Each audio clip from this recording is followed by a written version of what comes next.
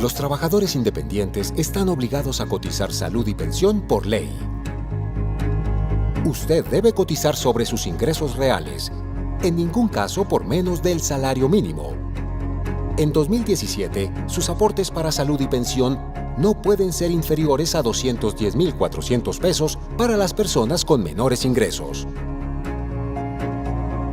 Preste mucha atención. Si le ofrecen cotizar por menos, lo están engañando. Usted estaría haciendo algo ilegal y podría ser sancionado. Personas inescrupulosas realizan trámites fraudulentos. Usted puede no estar afiliado.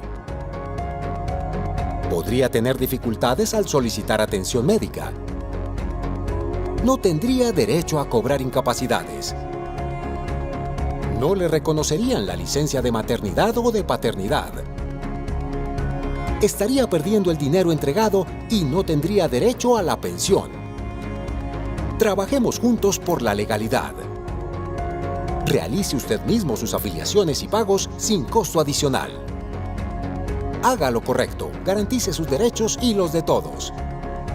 Encuentre más información en www.minsalud.gov.co/afiliaciones colectivas. Ministerio de Salud y Protección Social.